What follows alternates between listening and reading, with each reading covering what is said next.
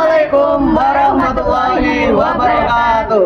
Halo teman-temannya, perkenalkan kami dari kelompok 1 beranggotakan saya Aldiansyah Oktaviandika Pratama absen 3. Saya Adian Mila Indonesia absen 1. Saya Riyadina Barganata. Saya Kansa Aditya Zerinda. Saya Fani Aristianti. Saya Giga Biswaturahi.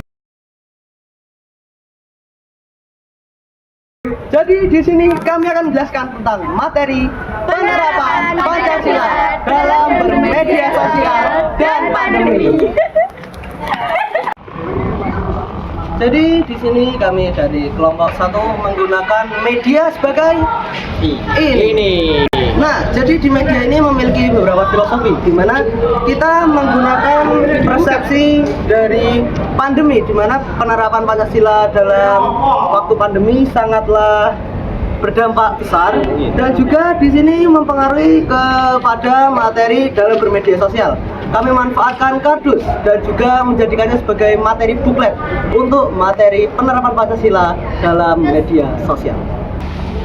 Jadi pada kali ini kita akan membahas tentang penerapan Pancasila dalam bermedia sosial dan juga teknologi dengan refleksi yang telah kami siapkan.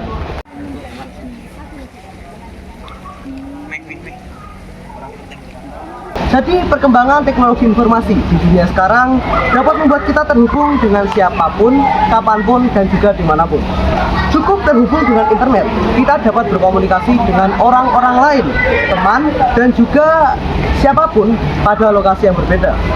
Perkembangan teknologi ini tentunya akan memberikan peluang dan tantangan bagi kita sebagai warga Indonesia dalam menerapkan Pancasila itu sendiri. Dalam kita menyebarkan nilai-nilai Pancasila yang sudah tertanam dalam diri kita, dan juga datanya idealisme baru yang mencoba meruntuhkan Pancasila sebagai dasar negara.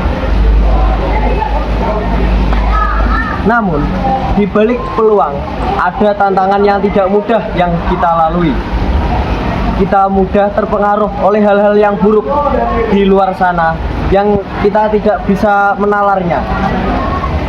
Banyak hoaks dan ujaran yang bisa saja berpengaruh ke radikalisme, terorisme, dan informasi tersebut dapat berpengaruh ke penyebaran narkoba.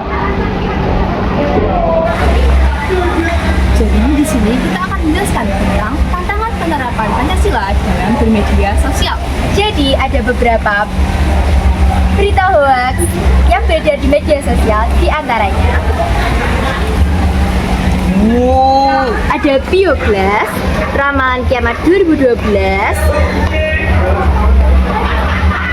Agama Baru, dan Peramalan Kiamat tahun 2024. Jadi saya akan menjelaskan tentang berpancasila di era media sosial. Menurut data yang dirilis PR Sosial tahun 2019, penggunaan media sosial di Indonesia mencapai 150 juta atau sebesar 56% dari populasi rakyat Indonesia. Kementerian Komunikasi dan Informatika atau Kominfo hingga 5 Mei 2020 mencatat sebanyak 1.401 konten hoax dan diinformasikan terkait COVID-19 yang beredar di masyarakat.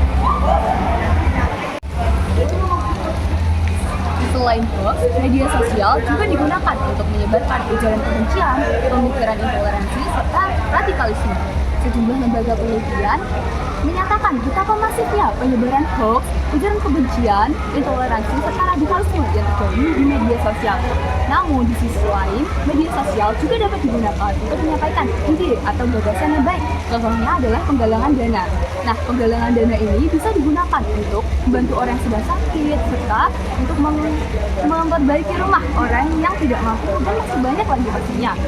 Nah, berdasarkan yang sudah simpulkan, ini kita dapat menyimpulkan bahwa media sosial itu bermata dua.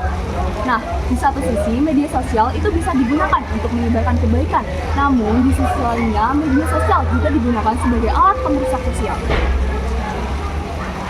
Selanjutnya ada Pancasila dan pandemi. Tahun 2020 ditandai dengan munculnya COVID-19. Ia tak hanya menjangkit di satu negara, melainkan menjadi wabah dunia atau pandemi. Penanganannya tidak hanya membutuhkan satu negara, melainkan harus menjadi komitmen dan kerja sama dengan lintas negara yang melibatkan sebuah warga negara dunia. Jadi ada beberapa tantangan tersendiri dalam penerapan Pancasila dalam bermedia sosial. Nah, yang pertama yaitu ramainya berita hoax. Yang kedua, serangan dari media sosial. Yang ketiga, budaya westernisasi. Yang keempat, kualitas SDM. Yang kelima, serangan siber. Dan yang terakhir, individualisme.